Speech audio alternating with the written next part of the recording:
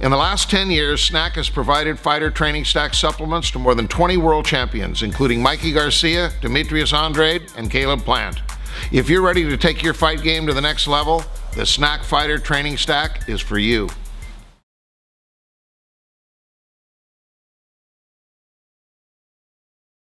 Hey everybody, how's it going? Marcos Villegas here in Las Vegas, being joined with Showtime Shawn Porter. And Shawn, we finally got a date. You're gonna face Errol Spence. It's official. You know what? The exciting part for me right now is the fact that I'm fighting at the Staples Center. I had never really thought about fighting at the Staples, so when I was hearing that LA was in the picture, I was like, oh man, I could end up fighting at the Staples Center. So I'm excited, man. I know all the stars are gonna come out, and it's definitely gonna be a moment I'm ready for.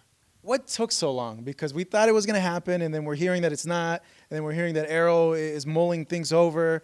What was going on there? From my end, we signed in April. You know, we've been ready to go, and we've been training since April. Took a little time off last week just to kind of regenerate. And So you've been training 3 months already? Mm-hmm. It's necessary. I do what's necessary, and I think that that's what separates me from everyone else when it comes to Errol Spence. You know, I'm willing to do what it takes. You know, if you can't tell, I've been doing it since April, with the understanding that he was going to be my next opponent, and I had to stay fit, I had to stay ready, I had to stay committed, mentally in tune with everything, and you know, we'll make the official announcement. And then we'll get ready for it. You know, I don't think other guys necessarily are willing to do everything it takes to beat this man. And if they are willing, they aren't able. I'm both willing and able. Did you hear anything from his side as to why there was stalls? Yeah, you know, there's a lot of talk. To me, at this point, it doesn't matter. So I mean, you know, I'm not even gonna throw out any speculations at this point. You know. September 28th is the day, and I'm not going to look past or before September 28th. Have you seen some of the interviews that Spence has done and seen the shape that he's in right now? I've heard about the shape that he's in right now. I actually saw him at a restaurant last weekend, actually. Wow. I saw him at a restaurant about a week ago almost, and I just told him, I said, hey, man, soups and salads, baby. Soups and salads. Let's make this a good one, you know. So he knew at that point when I saw him that we would be making this announcement soon and that I would be the next fight. So my guess is he was out getting the last of his good stuff in. Looked pretty good, huh? You know, he didn't look. I wasn't sizing him up that night, you know. Yeah, so he does look a little bit bigger. When I walked over there, his boy said, his I think it's his cousin. He said, dang, Shawn, you gotta walk over here with your chest out like that. And so I went, you know. And then from after he said that, it was like, yo, you know, this is not, you know, the atmosphere for you to have any type of hostility. So posture up and all that. Even though I'm not that kind of guy, but it does come out though, right? It just came out. It just came out. Yeah. So I pulled it back a little bit, and then after that, it was like, you know, that's the dude that, you know, we you know, have been friends for a little while, and you know, now's not the time. You know, tonight ain't fight night, so be easy. You know, so I didn't really size him up. I'm sure my coach Wade did. He was there. I'm sure my dad did. He shook his hand a couple times and all that kind of stuff. So it's definitely gonna be great though. When you look at the performance that he had against Mikey Garcia, which was just a very dominant performance. Landslide victory. Yeah, he showed a different fabric to his game. He showed that he can box and can jab. Mm-hmm. Do you think he will approach the fight with you in that same way or completely different? You know what? A part of what I do is trying to feel what my opponent is going to want to do. And one thing I do think he's going to try to do is try to create that range and that distance and keep it that way. I think it's definitely going to be important for me to close the gap and get to his body early. I can't see him trying to bang with me. I think he's that kind of fighter where he's not gonna allow you to, you know, just have your way. And I think that when he sees what my way is, he's either gonna try to, you know, keep me out of getting it, or he's gonna step in there and try to bring it right back to me. The fight can go a lot of different ways. You know, if you have your way, you know, you're aggressive, you push the pace, you really go on him. Or you boxed in your last fight as well. You showed you can box. Yeah. So I guess, is it a thing where you got to see like how he feels in there, or do you want to try to box against him? You know what? The game plan hasn't been completely confirmed yet with my team. But obviously, seeing what I did in my last fight against Dennis Ugas, a little bit more counterpunching against Danny Garcia, um, boxing and moving against Adrian Granados, a lot of speed against Adrian Granados, and then even with Andre Berto, was a lot of aggression, So to me, it's a matter of just putting it all together and making this a great fight, a very dominant performance on my behalf. And I'm sure people will see this and say, "What do you mean dominate Errol Spence?" Well, that's exactly what I mean. So Errol, in this fight, is it better for you to fight him on the inside, or do you want to kind of just move in and out? Because a lot of people will think if you're going to come in, Errol's a really great body puncher and he can counter really well. It might not be the best way to approach it. Well, you know what? Let me first say this. It doesn't matter what other people think. Yeah. What matters is what my team and I dissect and what we feel and believe is going to work for us. There's going to be points where you're going to see me moving. You're going to see me using a lot of footwork and pivoting. And then there's going to be other points where you're going to see me taking it at him and trying to outpunch him and out hustle him.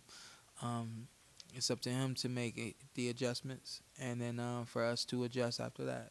So I think that if you talk about game plan, if you talk about what other people think, right now, for me, the only thing that matters is what my team thinks, and what my team believes. The great part about that is if we are not all on the same page by now, we will be sooner than later, and that's when it becomes beautiful for us. Do you think it's going to be a super close fight? No. No? Really? Mm-hmm. Why not? You have to see. Yeah? Yeah, you have to see. I bring that up because Garcia makes an argument that it was a close fight. It was competitive. I felt you won personally. Mm-hmm. Thurman was a razor-thin close fight. It was. Ugas was a very close fight. So a lot of people are like, oh, he's been in a lot of close fights lately. Mm-hmm. I don't think so. I think all of those moments, I've said this before, this fight is on time for me.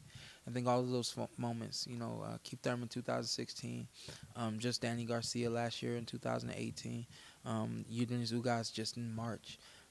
All those fights have prepared me to get ready for this moment. With the understanding that when I look back at those fights and I see where my faults were and I see where I made mistakes, where I saw where I was a step slow or made the wrong move, so on and so forth, I can look at all that and say, all right, I'm ready to be dominant and put on a dominant performance. Is it better for you to face Keith Thurman in a rematch if you win this fight, or would it mean more to you to face a former sparring partner in Manny Pacquiao? That's win-win for me. I think not even considering my fight with Keith Thurman a rematch, but just considering the fact that if he wins this fight, he's still undefeated. If he wins this fight, he's still gonna talk. He's still gonna be Keith. Nevertheless, I respect him for being him, being on such a long layoff, and to come back off of this long layoff, difficult fight with Josecito Lopez, and you jump in with a legend and you take out a legend. For me to get back in the ring with Keith, it's just a matter of, like we did it before in 2016, two great fighters fighting each other. So not really so much concerned with the rematch as I am concerned with being in the ring with someone great. So you're in the ring with Keith Thurman, you're in someone great. You're in the ring with Manny Pacquiao. You're in a once in a lifetime situation that other than a few people that have been in the ring with him already have been in. So it's win-win for me. With you taking this fight, you're shutting a lot of people up, because I know for a lot of people for a long time have said that you did not want to fight Errol Spence, that you were avoiding him. Does it feel good to say, like, hey, look, guys, like, I'm fighting him? Pretty much. That's pretty much what it is. Never been concerned, never was worried or doubtful or anything like that at all. It was just a matter of, I tell my team, I tell my dad, I tell everybody, you tell me when to go. In a lot of ways, I am a puppet most times. I do what I'm told to do. Soldier. I'm a soldier. Yeah. There's nothing wrong with being a soldier, And with that being said, until they told me to go, was this fight with Errol Spence going to be made? The first was Dennis Ugas mandatory, is what it is. You telling me I have to fight this guy? that's where I'm going. You know, now you're telling me I have to fight Errol Spence. Let's do it. You know, anybody else they want to throw out there, do it. A kid just asked me, if someone told you you had to fight Amir Khan, how would you feel about that? I went like this. He's like, I mean, like I know you probably knock him out because he has no chin, but I just was wondering what you tell me when to go. It doesn't matter who I'm fighting, you know. So now is Errol Spence, September 28th.